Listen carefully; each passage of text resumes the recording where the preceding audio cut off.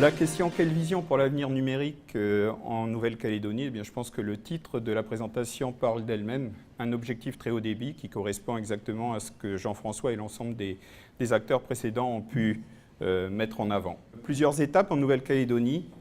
Avant 2008, eh bien, nous n'avions pas de câble sous-marin, nous avions que du satellite. Donc nous étions clairement dans l'ère du bas débit. De 2008 à 2014, nous avons pris la transition du haut débit avec l'arrivée du câble. L'arrivée également donc, de l'ADSL, où tout le monde aujourd'hui, ou quasiment tout le monde, bénéficie de 16 mégas à la maison. La 3G qui est arrivée en 2011, avec NC 2011, donc un enjeu à tenir. Beaucoup de mobilité, des usages qui ont explosé. Nous avons pu voir la croissance de ces usages, et en particulier autour de tout ce qui était besoin en audiovisuel, avec une très très forte croissance des usages sur la fin 2013 et le début 2014. Et on atteint aujourd'hui, entre guillemets, les limites de ce que les systèmes en ADSL en cuivre savent faire et les limites de la 3G. Donc l'objectif 2015, il est clairement d'aller vers le très haut débit. Et ce très haut débit, il est à la fois fixe, avec la fibre, et il est également mobile avec la 4G. Les usages continuent à croître et ils ne vont pas s'arrêter. Pour l'illustrer en quelques chiffres et sans vous noyer, l'Internet mobile. En 3 ans, nous avons atteint plus de 50 000 utilisateurs d'Internet mobile, là où il nous a fallu 10 ans pour atteindre le même nombre de clients en ADSL.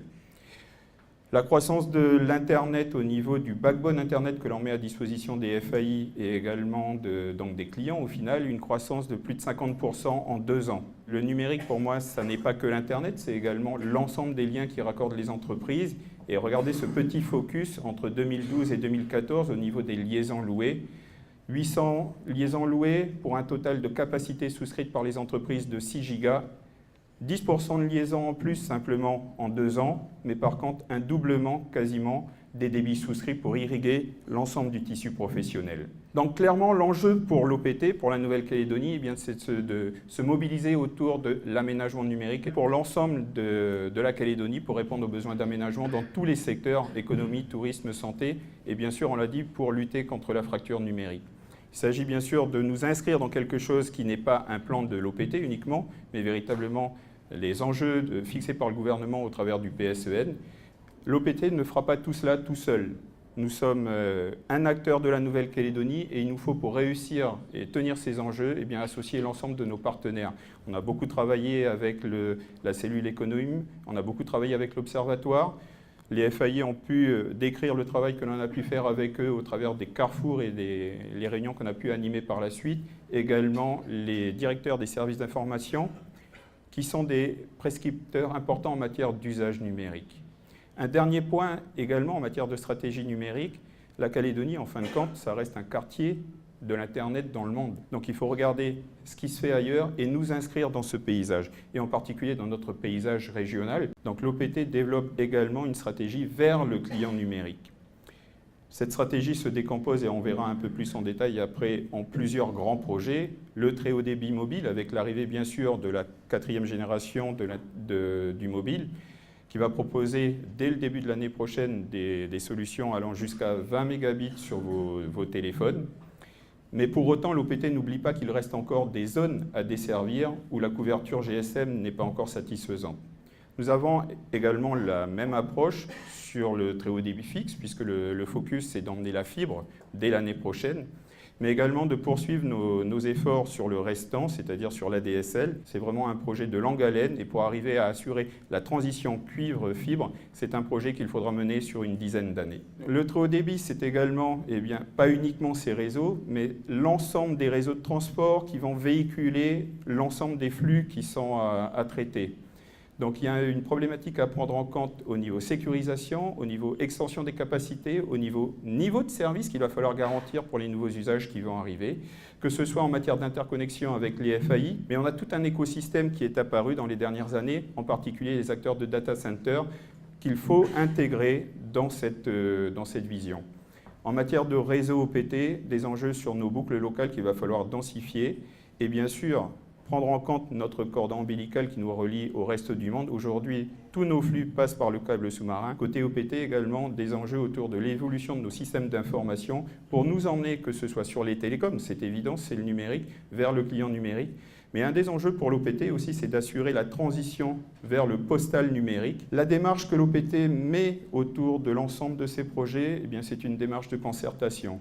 Beaucoup de projets, des enjeux d'investissement à hauteur de 27 milliards sur les 5 à 10 ans qui viennent. Ces investissements n'auront de sens que s'ils correspondent aux besoins qui sont exprimés par la population, par les bénéficiaires, pour que les réseaux développés, les services développés soient en phase et que cet argent que l'on va mettre, quelque part votre argent, l'argent du pays, corresponde exactement à la finalité attendue. Concrètement, le très haut débit mobile, l'objectif c'est qu'à horizon fin 2017, plus de 85% de la population soit couverte en 4G. La 4G, ça n'est pas une révolution, on ne change rien, on rajoute des choses sur les réseaux existants, c'est vraiment capitaliser sur l'effort que l'on a fait pour l'arrivée de la 3G. Et donc, très rapidement, nous devrions avoir au moins 50% de nos 380 sites qui vont être équipés en 4G. Budget global de 3 milliards à la fois pour densifier le réseau et emmener la 4G. Et on l'a dit, on a un effort à faire pour améliorer la couverture. On prévoit d'ici à 2017 au moins 60 sites supplémentaires. Un point important, aujourd'hui, vous le savez, on a des clients isolés pour lesquels on ne peut pas apporter du cuivre, ou du moins une solution intéressante, que ce soit pour de la téléphonie ou de l'Internet.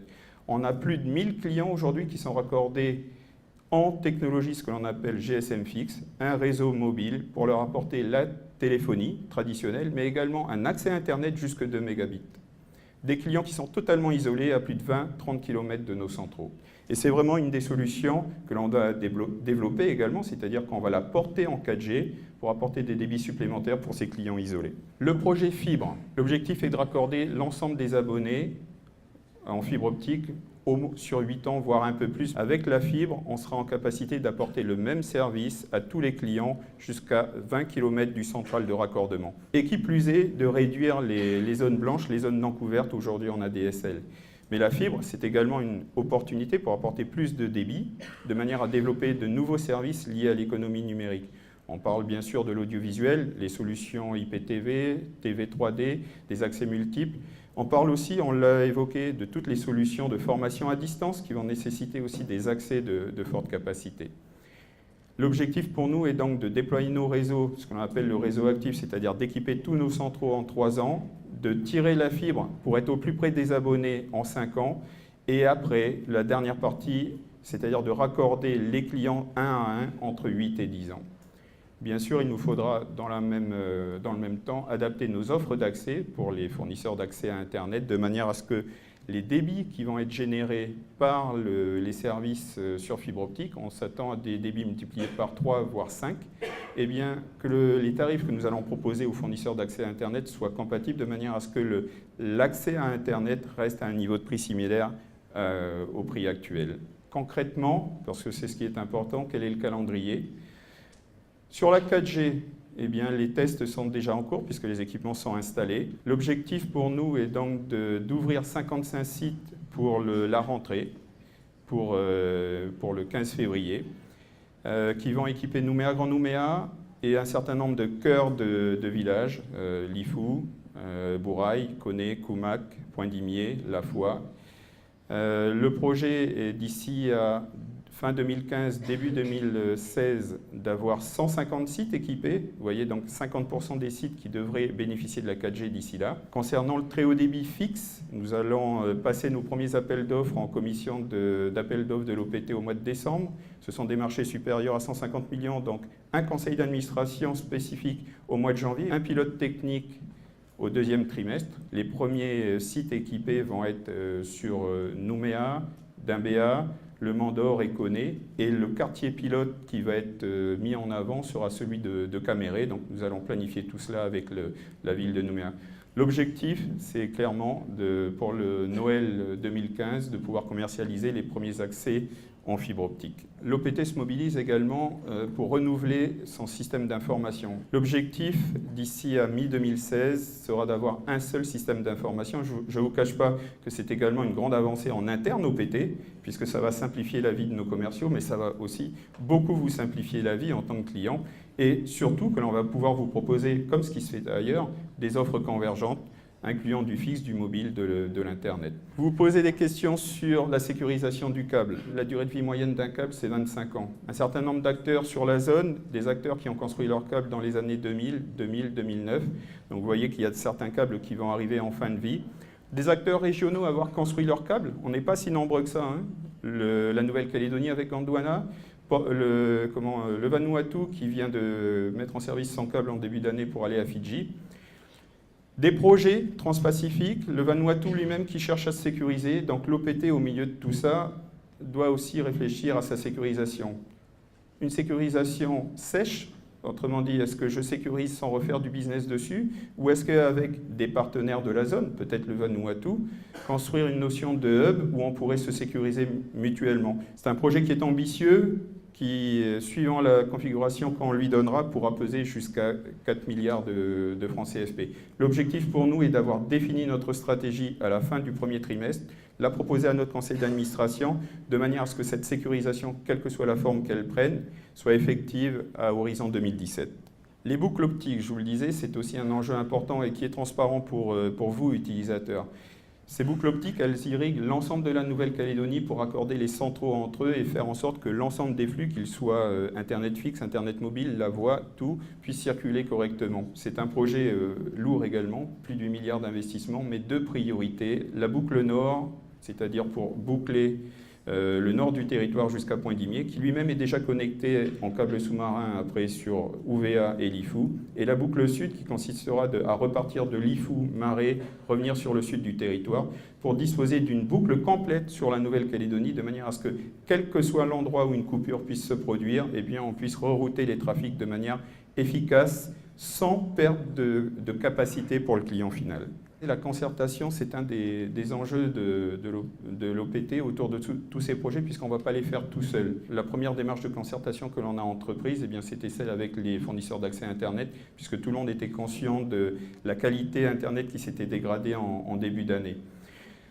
L'objectif donc de répondre à la croissance des usages, de rechercher des solutions, on l'a tous abordé, mutualisé. On a validé avec les fournisseurs d'accès Internet un certain nombre de mesures. Ça s'est fait en 4 mois, à l'échelle de tout ce qu'on pouvait se dire dans les années précédentes, faire en sorte qu'on partage un constat, qu'on partage des solutions, qu'on mette un timing et qu'on délivre au sens anglais, c'est-à-dire que ce soit en production. Je pense que c'est un beau défi qu'on a relevé tous ensemble. Et bien là où on s'attendait avec les mesures de baisse de tarifs et les mesures techniques que l'on a proposées, d'avoir en gros 50% de bandes passantes supplémentaires à destination des internautes, eh bien on voit qu'aujourd'hui on est presque à 100% de bandes passantes supplémentaires, et ce dès le premier mois de mise en service. Je pense que tous les FAI ont pu voir avec l'ouverture des tuyaux l'augmentation de la consommation immédiate qui a été opérée, surtout sur les contenus audiovisuels.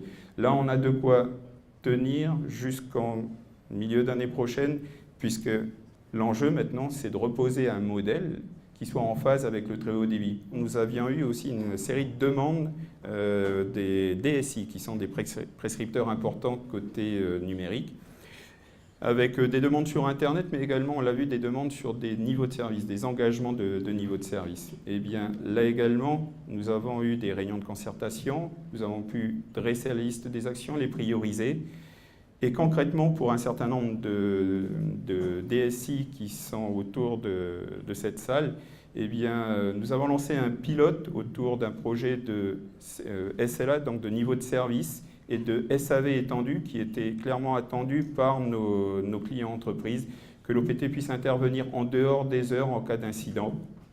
Donc le pilote est en cours. L'objectif, eh bien, il est de valider les concepts de ce nouveau service et de pouvoir le proposer en commercialisation au conseil d'administration de l'année prochaine, en milieu d'année. La suite, on a engagé une démarche là, et maintenant il faut la pérenniser. On a fédéré un certain nombre d'acteurs que sont les FAI, autour du numérique que sont les FAI, mais je pense qu'il faut aller au-delà. Le numérique, c'est à la fois les FAI, c'est à la fois les acteurs de data center, c'est les acteurs de l'audiovisuel, c'est les acteurs de l'enseignement. Nous avons travaillé avec l'université qui a pas mal de contenu à mettre à disposition de ces étudiants. Ces étudiants ne sont pas forcément à l'université, il faut que ça puisse être véhiculé au travers des accès Internet des FAI. Donc nous visons, avec l'ensemble des partenaires, la création de ce que j'appellerais un nœud d'échange local calédonien pour dynamiser le numérique. On est sur des enjeux là, réseaux qui sont maîtrisés par l'OPT et par un certain nombre d'acteurs, qu'un certain nombre de politiques peuvent être portées carrément au niveau pays. La notion de sécurité numérique. L'enjeu de la confiance dans le numérique est important. La migration IPv4, IPv6.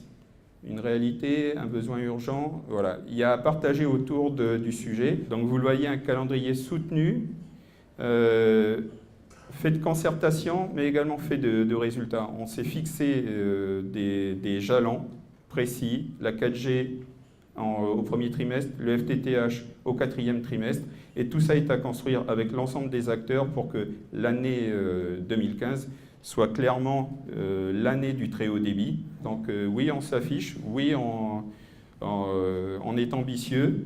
À nous de tenir ces engagements avec vous tous, puisque c'est au final les Calédoniens qui vont en bénéficier.